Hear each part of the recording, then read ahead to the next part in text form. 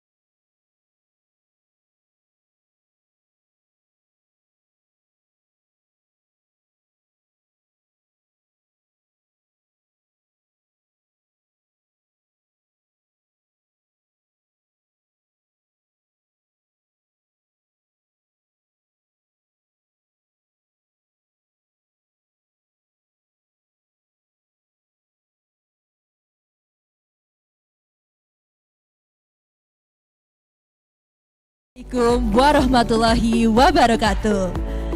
Shalom, Om Swastiastu, Namo Buddhaya, Salam Kebajikan. Good afternoon, distinguished guests, ladies and gentlemen. Welcome to the thematic session of International Conference on Infrastructure. Please give a round of applause. It is an honor for me, Kalista Kansa, to be the host in this afternoon. And this afternoon, we have an exciting first thematic session with thought-provoking theme. Ladies and gentlemen, as we begin our session today, we will now hear the keynote speech from Deputy Minister of Agrarian Affairs and Special Planning, Mr. Osi Darmawan.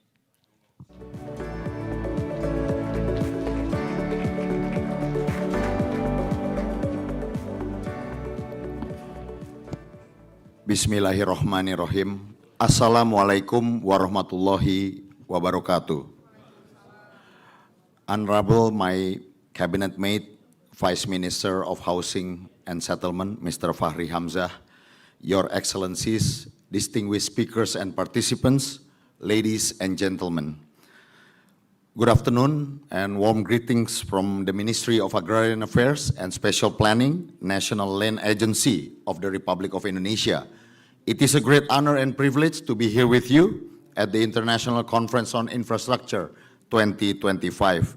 And also, let me begin by extending my sincere appreciation to the coordinating ministry for infrastructure and regional development, especially to Minister Ahaye for hosting this timely and important conference.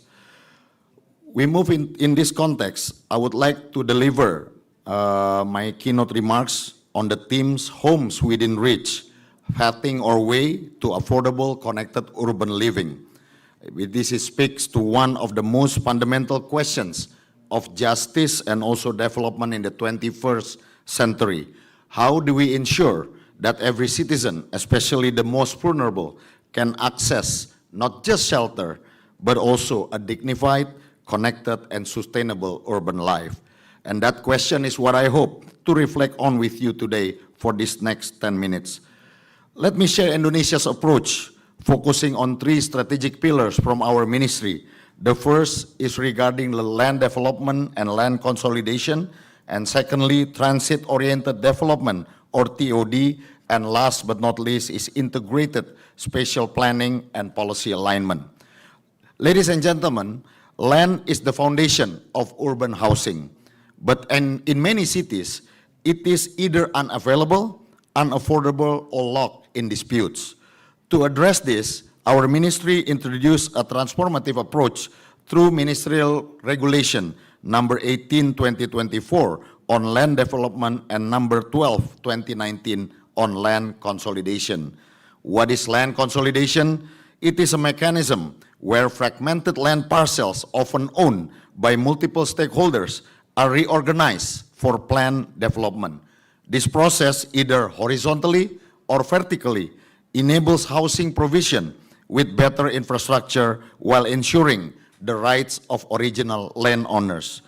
We piloted this model in urban peripheries and strategic zones, and it shows promising result, which is the first, increase land value and landowner equity, and secondly, improve infrastructure coordination, and last also, it gives fair relocation options and community engagement. Our ministry's goal is simple, is to move from informal to inclusive, from unplanned to participatory. Ladies and gentlemen, housing must not stand alone, it must connect. That is where TOD, or transit-oriented development, plays a vital role.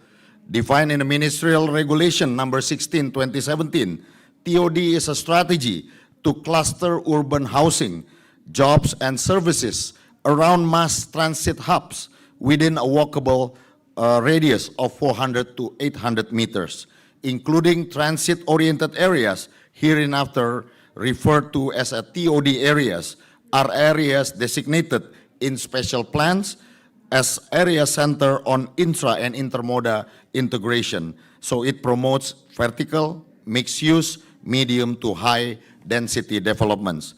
In Jakarta, we are piloting TOD at Duku Atas. This area is the interchange center of the 5 modes of public transportation and has been directed as a regional service scale TOD area with the primary activity center. The Duku Atas TOD is characterized as city TOD that covers a primary economic hub with the regional scale and high density mixed use area. In addition, to the existing area includes commuter line, BRT, MRT, airport train, and LRT. Ladies and gentlemen, the second example of our TOD is also implemented at Harmony TOD, integrating the MRT station with mixed income housing, jobs, and green public space, supported by our collaboration to our international partners with JICA and also other ministries.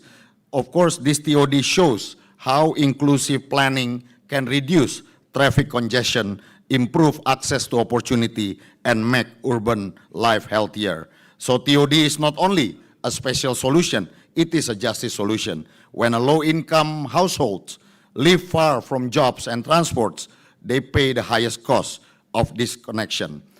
Ladies and gentlemen, finally, no housing solution can truly succeed without effective coordination across sectors, level of government, and policies.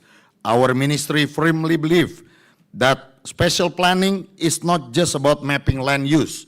It is about orchestrating a future where housing, environment, economy, and safety coexist harmoniously.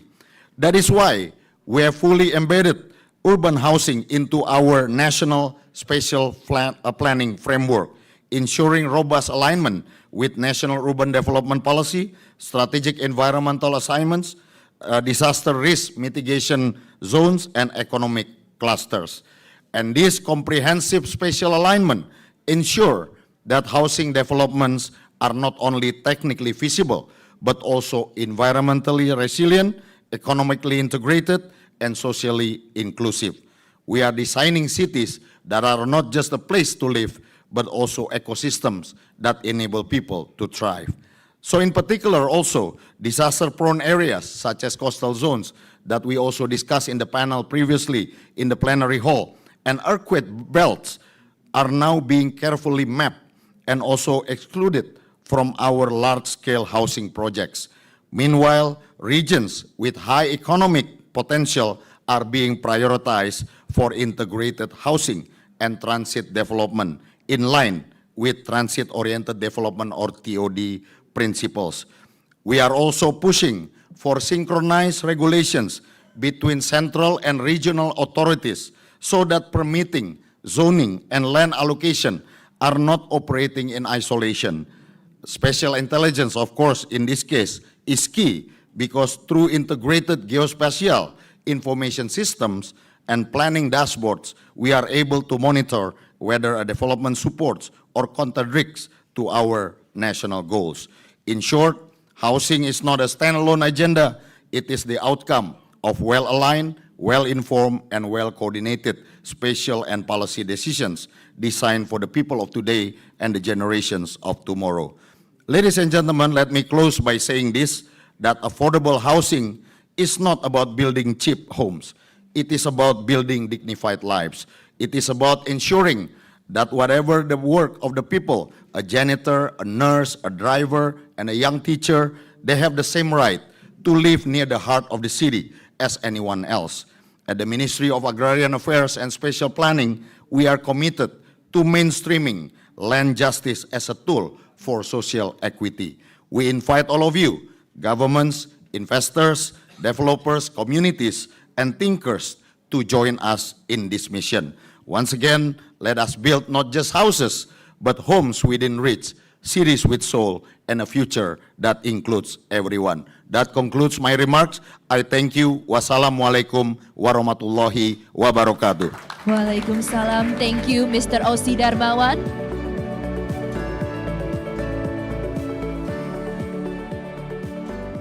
Ladies and gentlemen, next up, we will now hear the next keynote speech. Please welcome Deputy Minister of the Ministry of Housing and Settlements, Mr. Fahri Hamzah.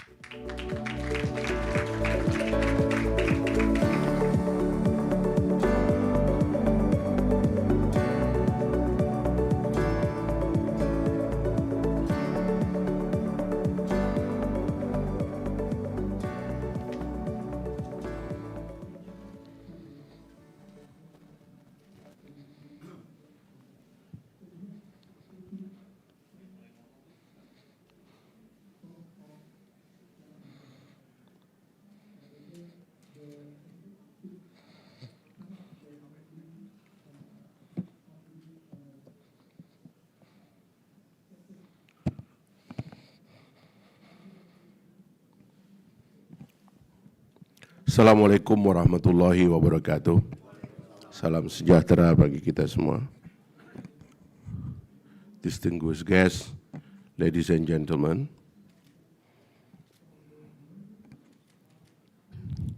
From my eye view, I saw everyone is speaking in Indonesia. Yeah. How many of you only speaking in English? 1, 2, okay.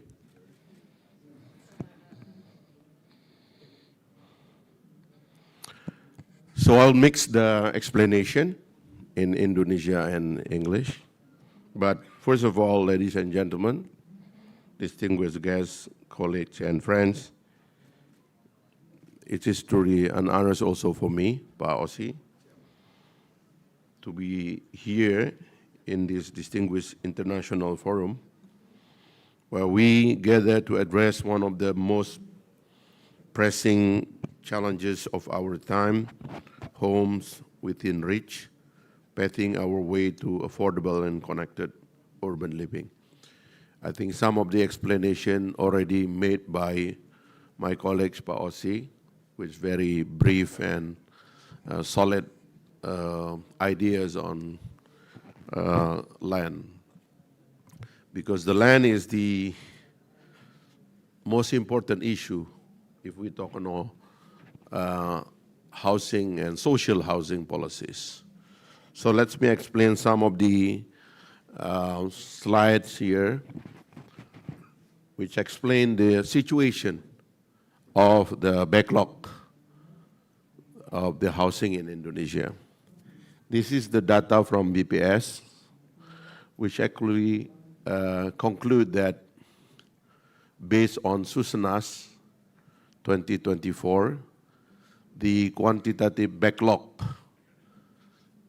around 9.8 million household and qualitative backlog around 20.9 million household.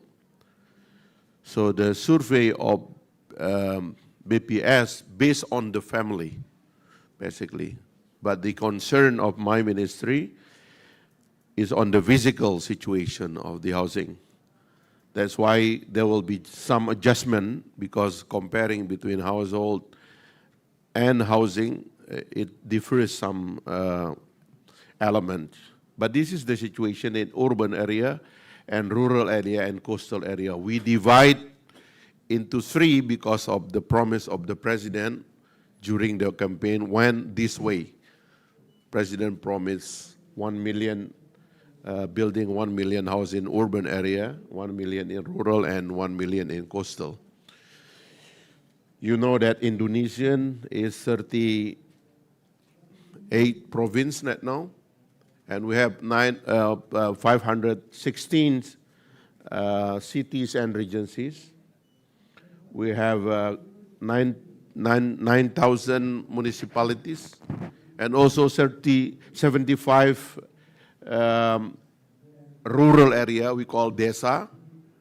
But in the urban area, we have administrative city and also small city, suburban, we call it kelurahan. So it's around 8,600 kelurahan in Indonesia. And close to 13,000 people of Indonesia living in the settlement, the coastal settlement. So if we want to go to build 3 million, means that we will take like 10% in the rural, 10% in urban, and also 10% in coastal area every year. Data berikut. Next. So this is the current policies that we try on every decile. Yeah, the lowest is the decile 1 and 2. This is what we call as extreme poverty and poverty, and decile 3 to 8, and then the commercial went through the decile 9 and 10. Lanjut. Ini Pak Osi. So you mentioned a very important issue. You know, if we see that consumption rate of land in some big cities in Indonesia, in Medan, Binjai, Deli Serdang, maybe Danggro we call it, and all the city, especially in Java, the consumption of land increased from 4 to 15%, with variation across the 10 metropolitan area. Land consumption in these 3 metropolitan regions range from 500 to 7,000 hectares.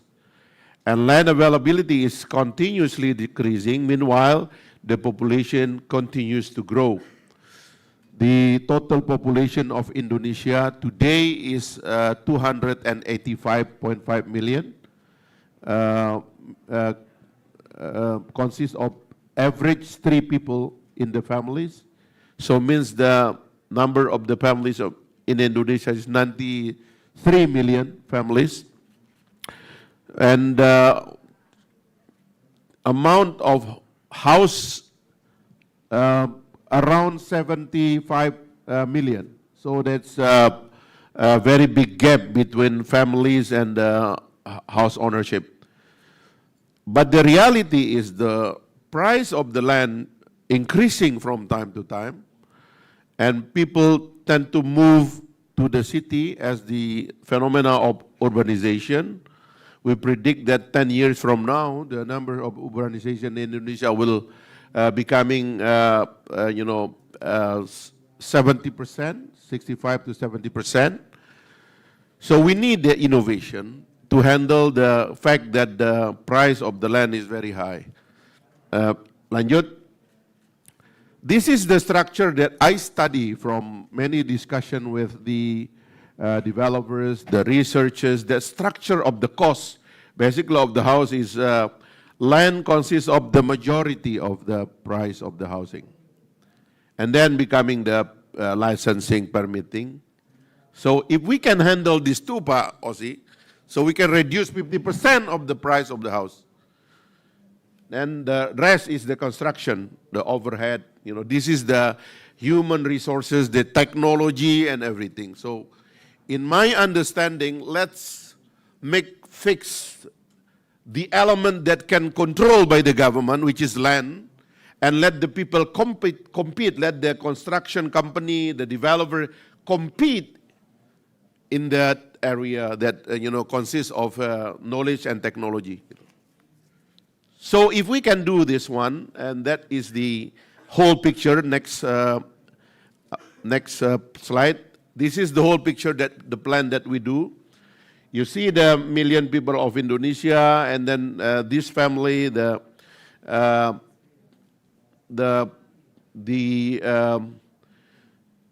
policies that we take regarding the data backlog. We do the renovation in the rural area. Why renovation? Because the rural people already have the land, basically. Then Pak Osi coming with the certification of the land. And after they have the certification, and we renovate the house on this land, housing that we renovate could be becoming the good collateral for them to deal with the bank and to increase their economic capacity. So this is the first one. Then the second one, in the coastal area, as we said, we will do the 10%.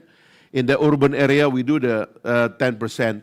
In rural area, this is 100% we goes to the national budget, the APBN, because this is the obligation of the government. So means that in the current program, one house will be renovated with 21.5 million rupiah, which 1.5 million will goes to the facilitator, 2.5 million will goes to the beneficiaries, but 17.5 million went to the material office. But this is also can become the element of our cooperation with the president want to build 80,000 million of cooperative in the rural area. So any cooperative can be becoming the supplier of the supplier of the materials that needed by the house renovation. So this is also good news for everyone that has the plan or the business in the steel, roof and wall, that they can also see this one as the opportunity. So this is time to open all the factory in Indonesia because of this big demand in 5 to 10 years to come. And then this is the APBN, 53, if we do 2 million, so means that 53.6 trillion rupiah. And then the coastal area will consist of cooperation interdepartment. We also now working with the Ministry of Marine and Fishery to fix the fishermen areas in the coastal. And will be involving the Ministry of Tourism, because all the coastal area would be becoming the Maldives one day, We have 13,000 Maldives in Indonesia in the future. So the vertical housing, the issues in the urban, as Pak Osi said, we need to deal with the high price of the land. That's why we need to start the vertical housing. Everywhere in the big city in the world, they started living vertical. There is no more landed house. So the subsidy should go to the vertical housing. By giving free land, for example, the people will build the vertical housing, and then they will start living vertical. That is the new culture that we need to introduce and campaign to the people of Indonesia, because that is a must. Because the president wants us to have food and energy security in the future, and that is need the land. No food security and energy security without land. So this is the conclusion, that in every year we need like 30 trillion rupiah, berapa itu ya? How many billion dollars is that? Probably like 15? Or no, more than that, yeah. But will be contribute to the growth of the economy, reduce the poverty, and also increase the absorption of the employment. So by these three performance of the economy, I think the housing sector will be a very important factor for the development of the Indonesian economy to come.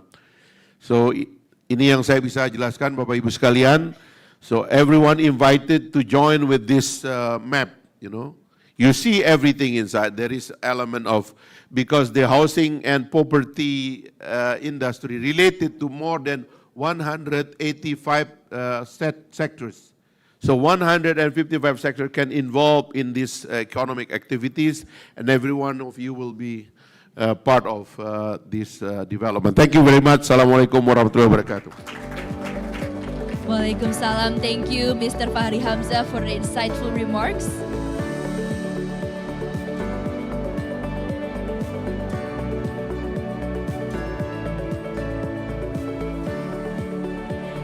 Moving on to our next agenda, we will be reaching our main agenda, the discussion with the theme Homes Within Reach, pathing our way to affordable, connected urban living. First, I would like to inform you our speakers for today's session. First, we have Mr. Roni Hutahayan, Deputy Coordinating Minister for Housing Development and Residential Facilities and Infrastructure, Coordinating Ministry of Infrastructure and Regional Development. Please be seated first. Thank you. Good afternoon, Mr. Roni Hutahayan. Next, I would like to greet Mr. Nixon Sitorus, Director of Risk Management and Legal Affairs of Perumnas. Good afternoon. Next, we have Mr. Mori Hiromitsu, Chief Advisor, Urban Transport Policy Integration, JICA. Good afternoon, Mr. Mori. Next, we have also Mr. Ossi Darmawan, Deputy Minister of Agrarian Affairs and Special Planning. And lastly, we also have Mr. Fahri Hamzah, Deputy Minister of the Ministry of Housing and Settlements. Ladies and gentlemen, now we begin our discussion. I would like to welcome you and invite her. This is our moderator, Mrs. Gria Ruvian, Urban Specialist of World Bank.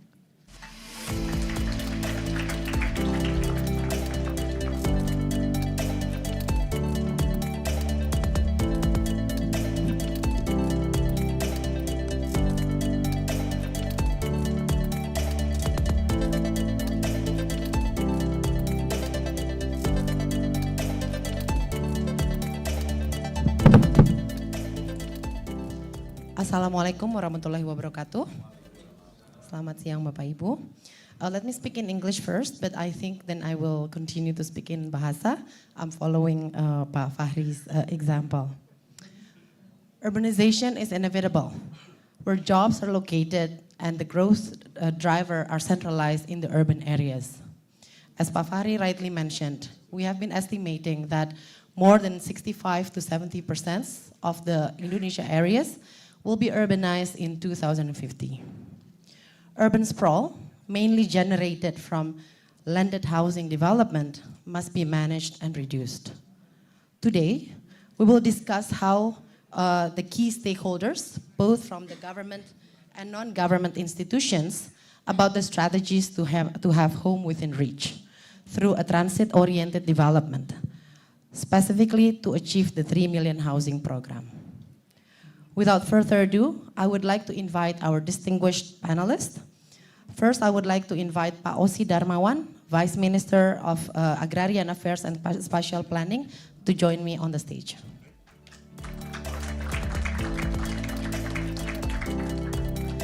Second, I would like to invite His Excellency Pak Fahri Hamzah, Vice Minister of Housing and Settlement.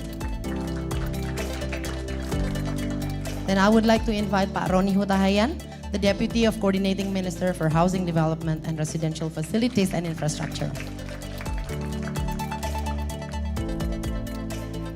Then I would like to invite Pak Nixon Sitorus, Director of Risk Management and Legal of Perumnas. And last but not least, I would like to invite Pak Mori Hiromitsu, San, Chief Advisor Urban Transport Policy Integration of JICA. Thank you, Pa. So we can sit to start our conversation. I would like to thank you very much to allowing me to be your moderator for today. So I would like to follow the discussion that Pa Ossi have been starting to kickstart, and also Pa Fahri about the transit-oriented development. I would like first to invite Pak Nixon Sitorus, actually as one of the implementer in the Indonesia of the transit-oriented development. First, sorry, this is not what I...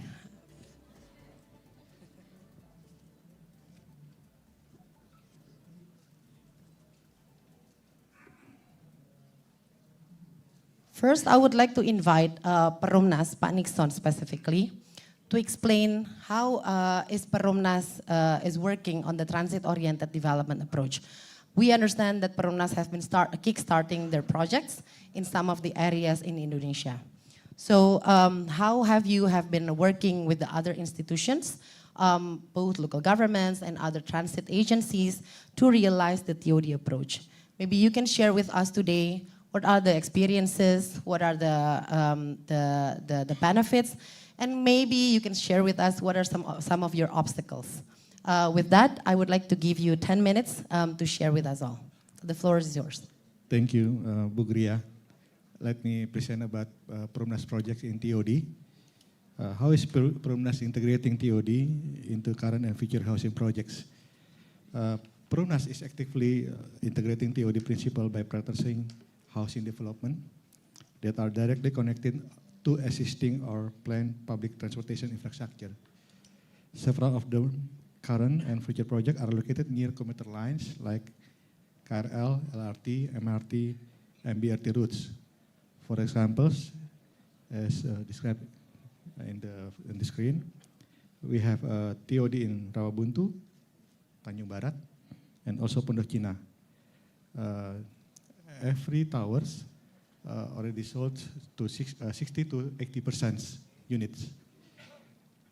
This TOD location designed to reduce commuting times, encourage the use of the public transport, and also promote compact and walkable neighborhoods.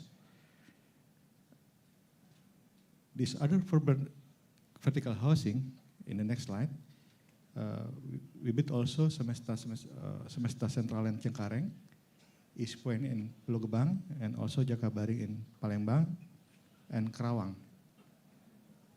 This also suits well to provide the units in the around Jakarta and Palembang.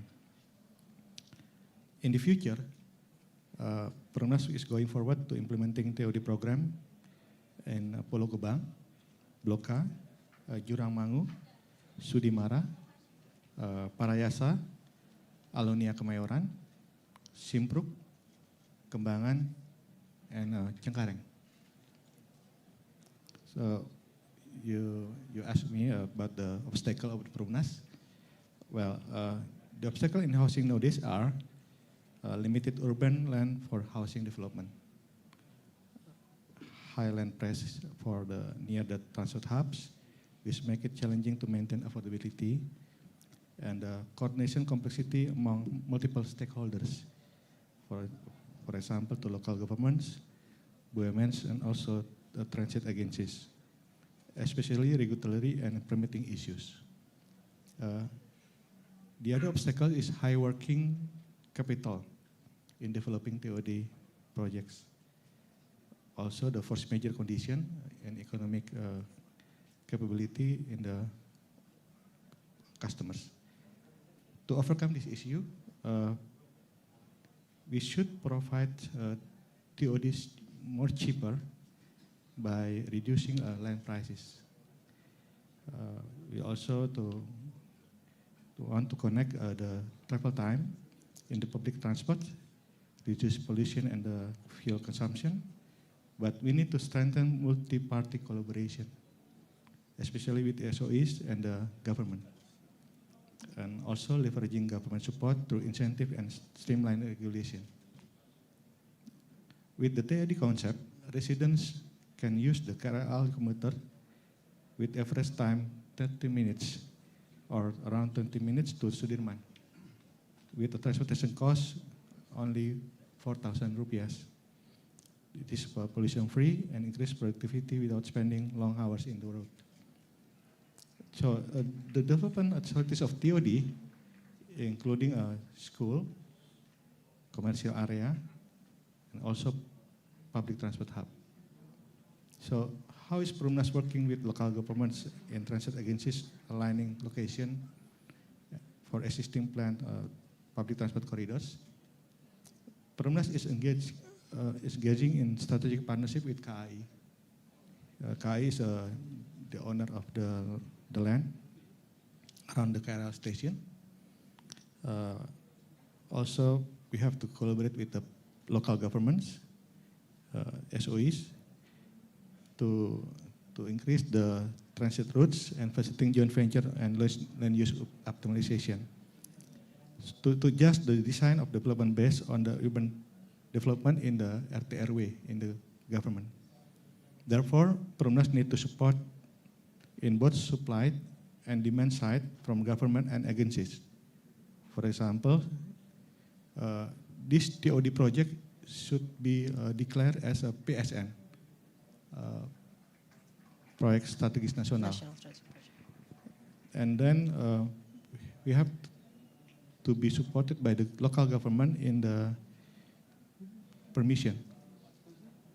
And also we need the interfering from the Ministry of the Finance to make the lowest price of the land, because we get the land from the country, the government. And the last one is we need the supported tax incentive or financial access to the lower class. That's the conclusion. Thank you, Bagria. Thank you so much, Pak Nixon. I would like to invite the audience to give a hand of applause for Pak Nixon for a very comprehensive presentation. So, Pak Nixon, you have touched upon a few very important points. I would like to pick up from what you have mentioned. So you mentioned about the land. I think I've been hearing land and land for several times. And also I've been hearing about coordination and coordination for several times as well. So we actually have a very good stakeholder in here who actually taking care of the first of all of the coordination. So I would like to invite Pak Roni to maybe explain and share what is the current vision of the government, specifically with your position in the coordinating ministry, on how to encourage the development of this.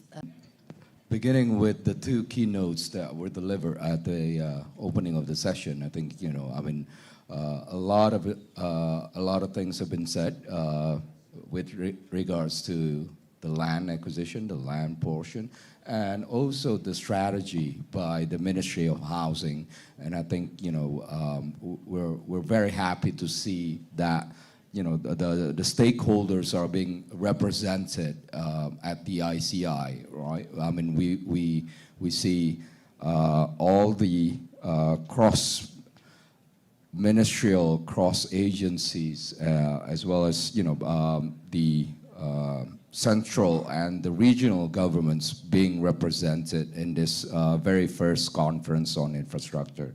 So, we thank you very much, for all the support that's been given during the preparation as well as the organization of this conference. Now, let me just begin with the the position of the coordinating ministry for infrastructure and regional development, because obviously this is a new coordinating ministry, right? So, as Coordinating Minister Agus Yudhoyono had explained yesterday, we oversee 5 critical portfolios, starting from agrarian affairs and special planning, public works, transportation, housing and settlement areas, as well as transmigration. So I think if we are to look more closely, then you'll find that this actually represents, the key stakeholders within the housing sector. So starting from the land process, the infrastructure that goes along with the settlement areas, the transport or the connectivity that is needed, right? And obviously the housing itself, and in terms of the ensuring equitable and regional balance with the transmigration program. Now, if I could just come back very quickly to touch upon the TOD. So TOD is a very, very, I would say, interesting aspect of the housing. I mean, it represents a portion of it, but with regards to the fact that we're seeing increasing urbanization, right? With the expectation that 7 out of 10 Indonesians will be living in cities by 2045. Now, the TOD, unfortunately, is in its nascent stage in Indonesia, right? So there's a lot of learnings that we need to take from some of the experiences by more developed economies, all right? And and that's why we have our colleagues from World Bank here, from JICA today. But I mean, this goes on to emphasize the point that these lessons are not exactly something that we could just copy and paste to the case of Indonesia, obviously, right? So when we look at Indonesia, we know that there's a growing emphasis on public transportation, MRTs, LRTs, the commuter lines, right? But a lot of this are to do with the fact that land is a very scarce resources. Land titles need a lot more clarity, right?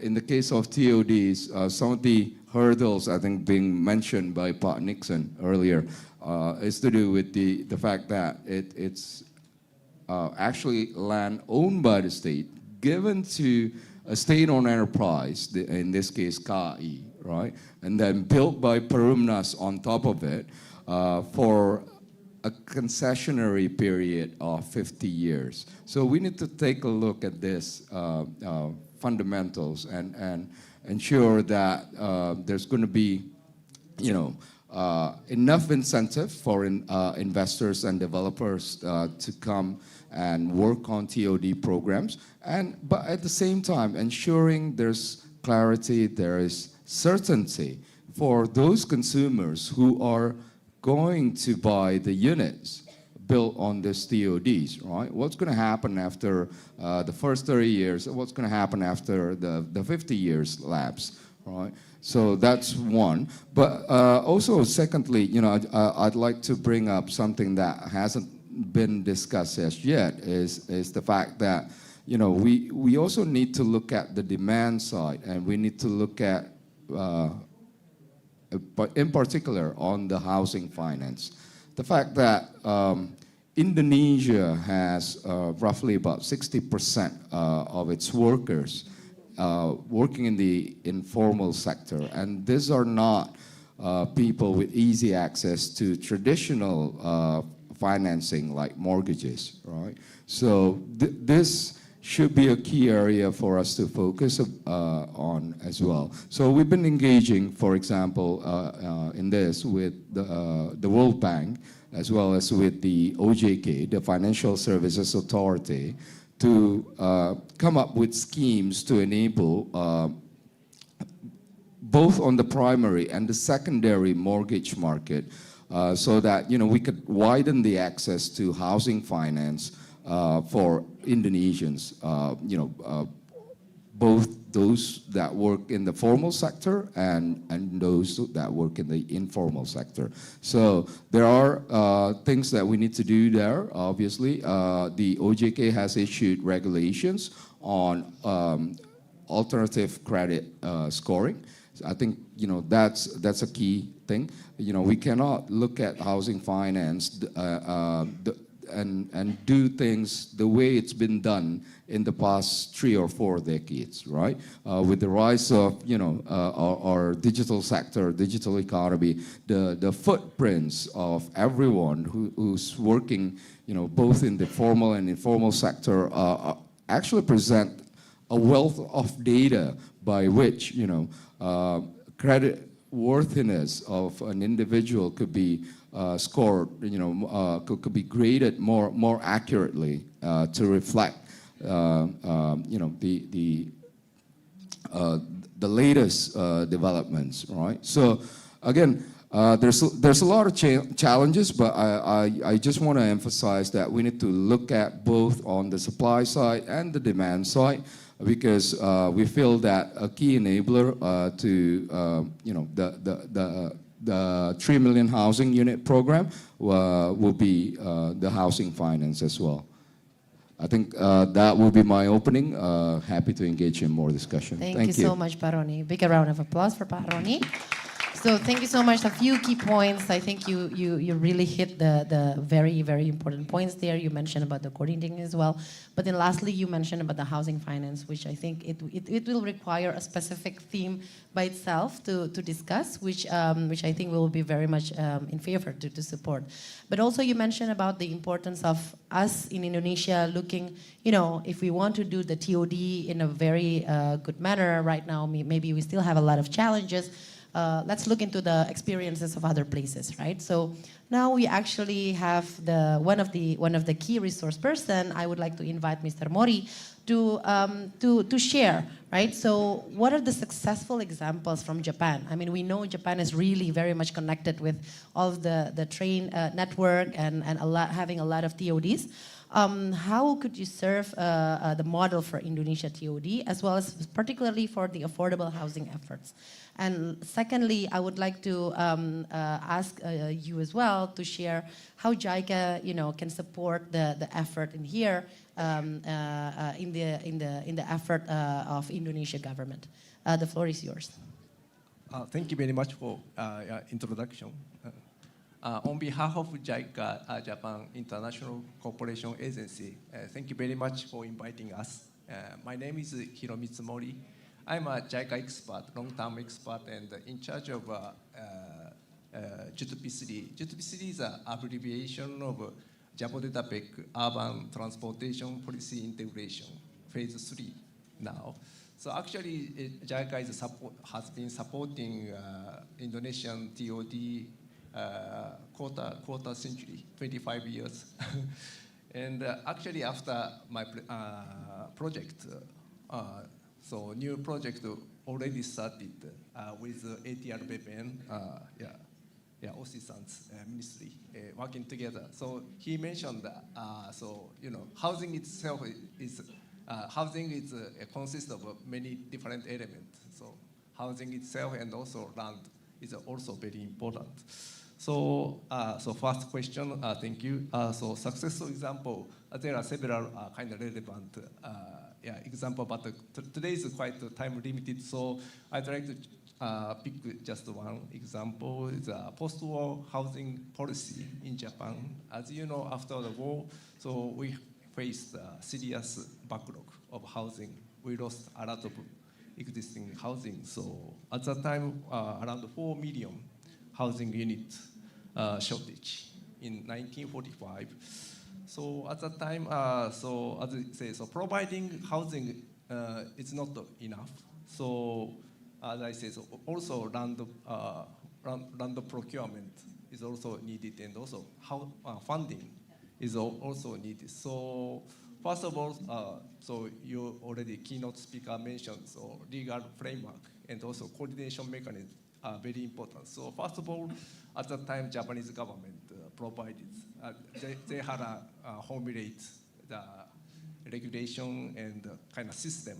So I'm from UR, Urban Renaissance Agency. So our previous organization was born from that occasion. So as I said, and also we are segmented, so for housing for low income and middle income and the high end. So, and also funded by, we made use of fiscal investment and loans. So actually, so Japanese government are successful because encourage Japanese citizens to save their money. And based on that money, so we can improve many different infrastructures, including public housing. So, and also, so land is also very important. How to secure land for affordable housing. So, for example, if we look at the Tokyo area, of course, central area is quite condensed, not so enough land. So, and also there are several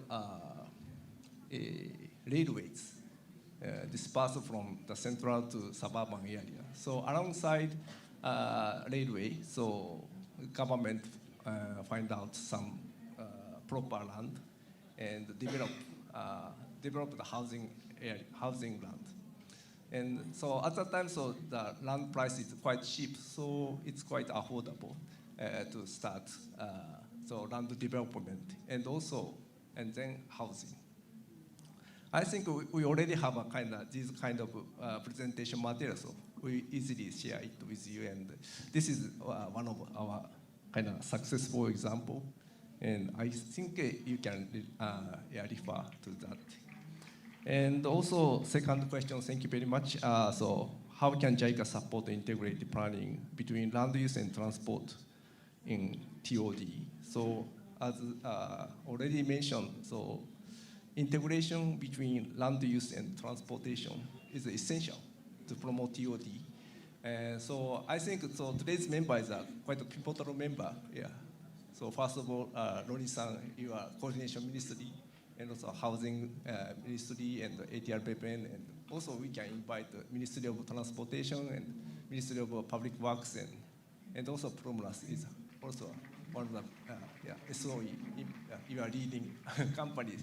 So I think if you look at the kind of current new structure for central government, I think it's quite ideal and suitable to promote the TOD and housing issues.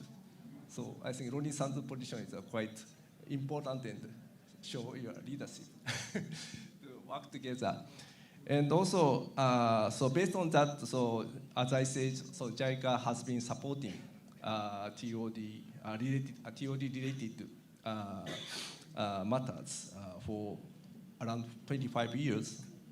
And so, for example, so not only some projects, but also hardware such as MRT development.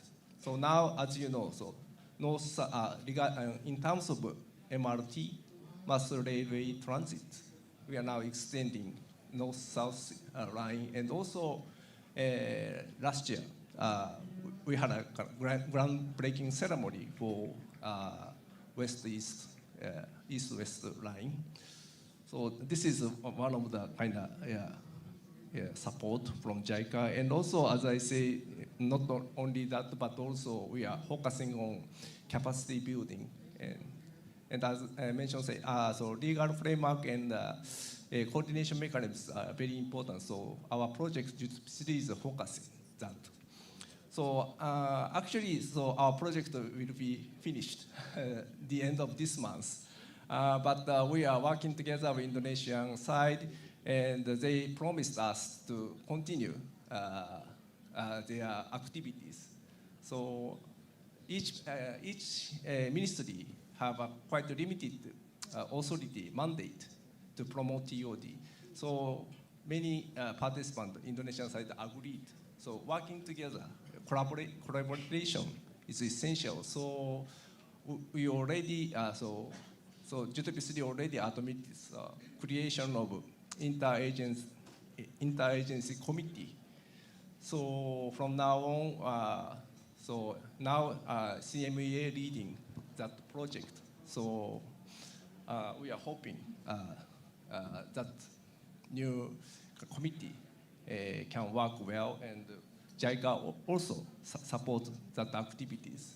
So we are very close to you. Yeah, that's all from me. Thank you. Thank you so much. Have a big round of applause for Mori-san. So thank you. I think you've mentioned one key takeaway that I would like to emphasize just a little bit. When you said post-war, and then you have a big housing shortage at the time, but then the planning is actually, Japan did a very good job in trying to integrate it already at that time. So it's not only about planning the transportation network, but also already thinking about how to provide the housing services around that area. And I think this one that maybe we can learn learn, and I think we have the, as you said, we have the institution that actually can help on that one, on the spatial planning, but also to make sure that the land is available. Well, unfortunately, the project is closing by the end of this month, but I believe, you know, the government of Indonesia would be able to sustain the knowledge that JICA has been transferring, and I think this one is a very good avenue, Pak Roni, because he mentioned about the interagency coordination. So basically, this is something that would be mimicking the mandate that you have.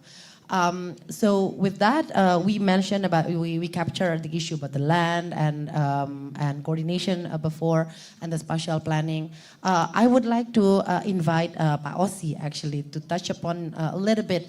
You have mentioned several things in your keynote speech earlier about what is the strategy of your ministry to tackle about this issue. But if there's anything that more detailed that you can share with us on specific efforts about the spatial planning and maybe the land provision for this, to ensuring or to encouraging this affordability level of the housing provision, particularly in the TOD concept, that would be grateful. So the floor is yours, Pak. Okay, thank you very much. Regarding land, of course, what we heard from the remarks being given by Vice Minister Fahri Hamzah, of course, our ministry has a very vital role in supporting the Ministry of Housing and Settlements, especially regarding the land matters. If we could show the slide that I would like, slide number 4, if it is possible. I just want to give you a clear picture on how the agrarian resources that we manage in Indonesia, because it's very unique. I'm sorry, this is in Indonesian, but slide number 4. This is our agrarian resources split into 2, sea resources and also land resources. Sea resources is about 75% and land resources is about 25%, or approximately 190 million hectares.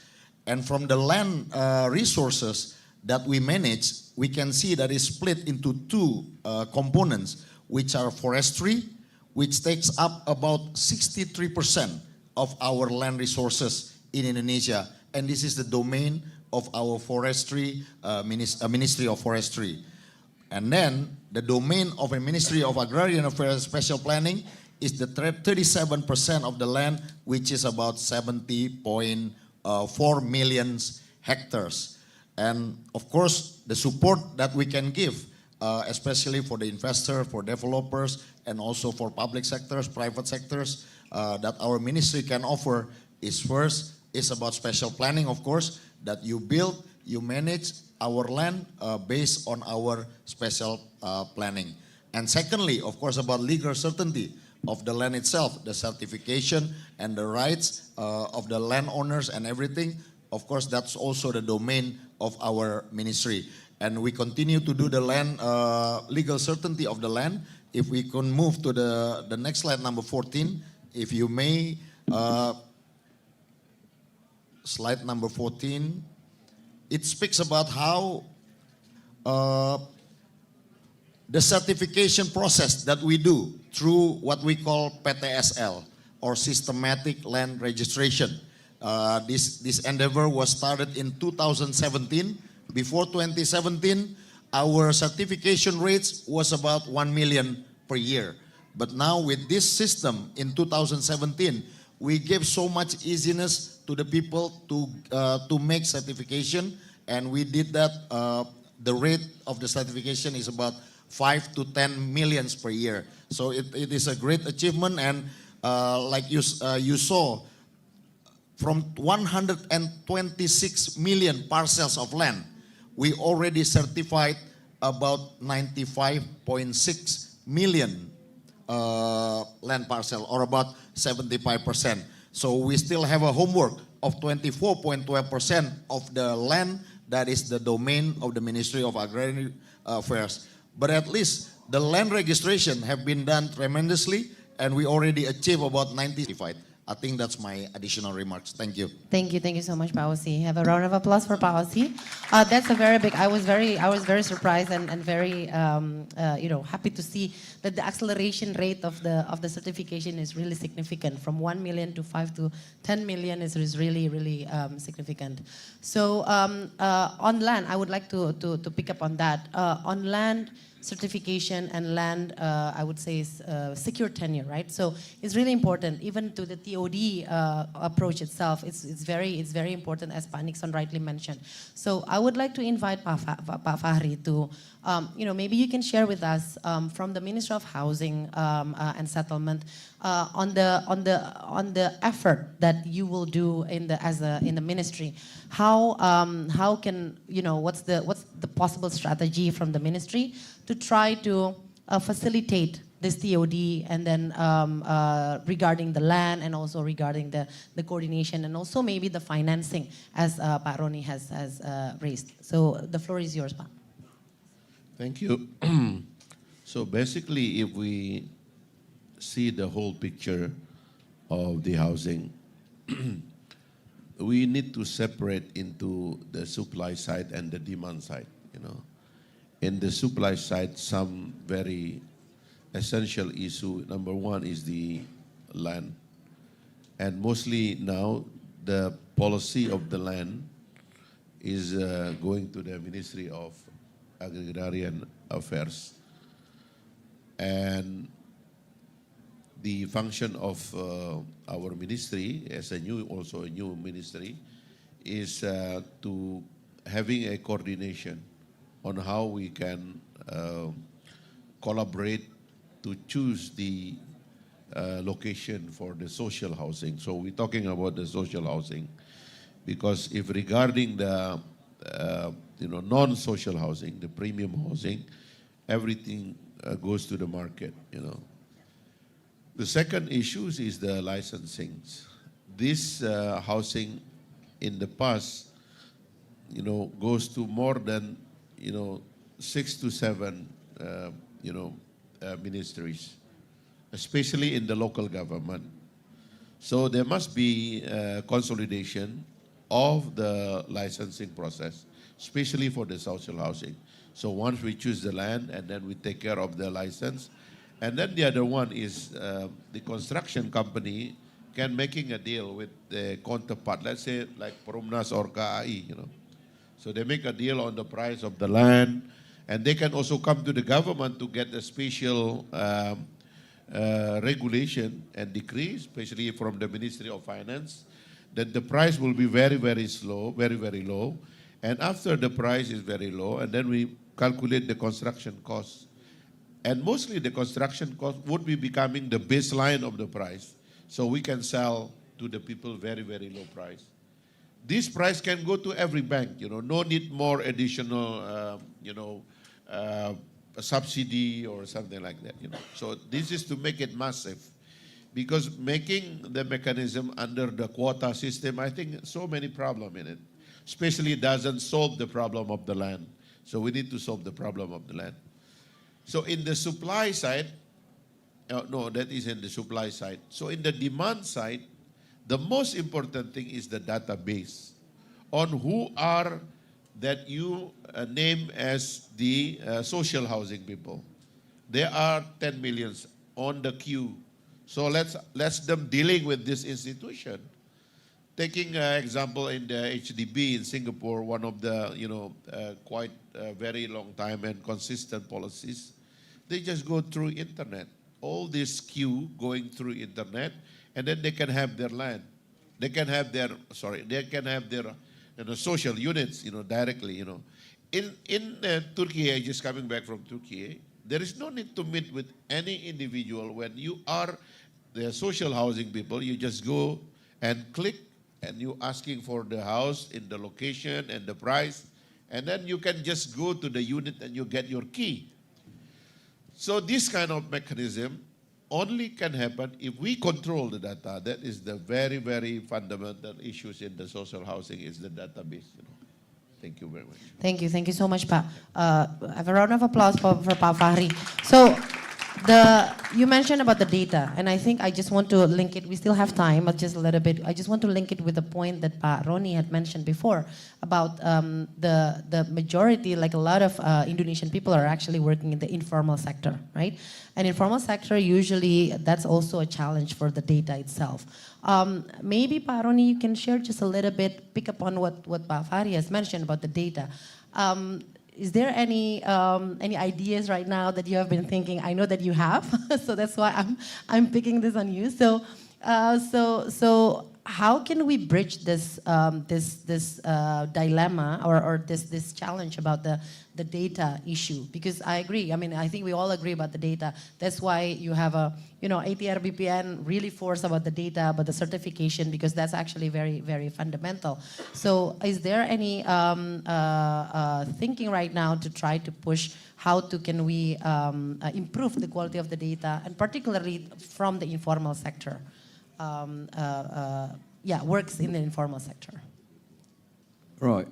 Thank you. I think expanding a little bit on what Pak Wamen just said about the data, which is especially critical on the demand side. I do agree fully.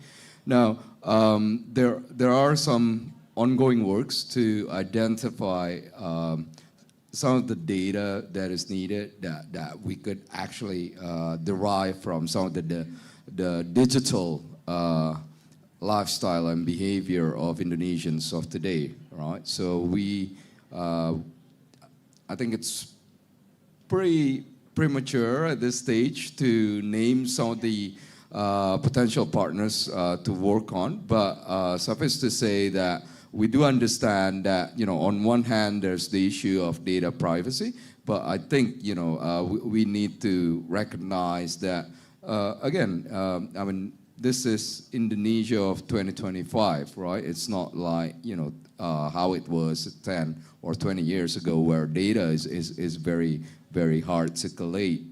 Now, we do have multiple sources. That's why, we are actually working with certain authority within, admittedly, this is outside the realm of infrastructure, but we feel that the OJK, which sits as a financial services authority, has quite a lot of access in terms of data.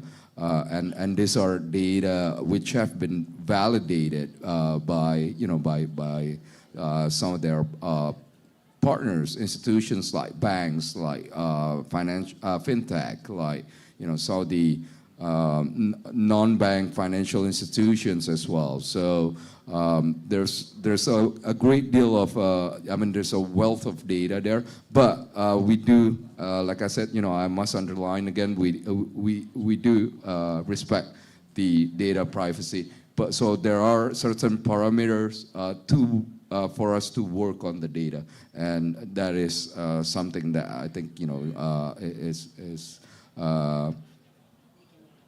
we can definitely work on, but I think it's too early to announce that. Thank you. No, thank you so much, Pa.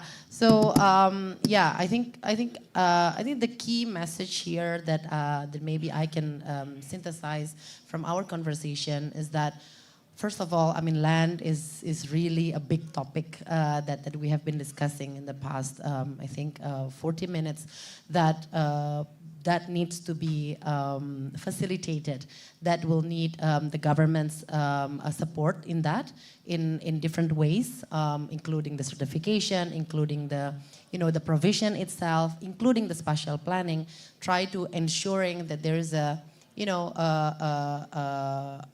way to try to secure some of those lands, particularly in the areas that are very potential for a TOD specifically, right? And also like a security of the land itself. So then, the product of the TOD will be attractive for the people.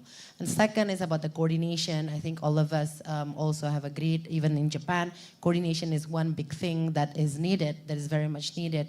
And that would be, I think we really have a good avenue to do that with the leadership of the minister of the Kemenko that is coordinating different technical ministries under it. So I think maybe then that would be a good opportunity. And lastly, on the data itself, this is something that is going forward. We need to, to push to have a better data. Pak Fahri has underlining the importance of that. So there are opportunities to also work on that. It's a big journey. It's a long and big journey, and need to be, work together with all of the counterparts, with all of the stakeholders. And from us, from the World Bank, we are very much would like to support in any ways that we can, and I'm sure other development partners also would like to support that as well. We have a times up here. We have a times. We don't have time for question and answers, I think. So with that, I would like to thank everyone in the panelists. I'm very grateful to be selected for this session. Thank you very much for all of the audience for listening to this session. We hope this is very useful. Thank you so much. Assalamualaikum warahmatullahi wabarakatuh. Waalaikumsalam warahmatullahi wabarakatuh. Please, ladies and gentlemen, our speaker and moderator, we would like to invite you to have a group photo in front. Yes, thank you.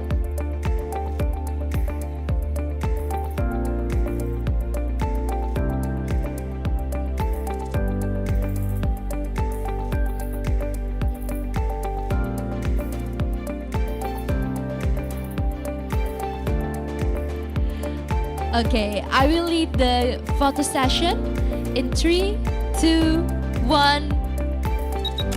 Okay, next one, lastly, 3, 2, 1. Okay, thank you so much for our speakers and moderator.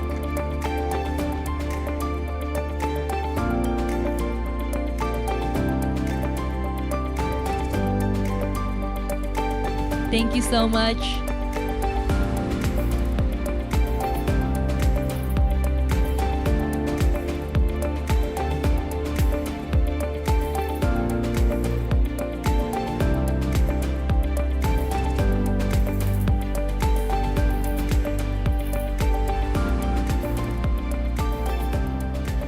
Ladies and gentlemen, as we wrap up the thematic session hosted for today, I, Kalista Kansa, signing off and see you at the closing ceremony. Thank you. Wassalamualaikum warahmatullahi wabarakatuh.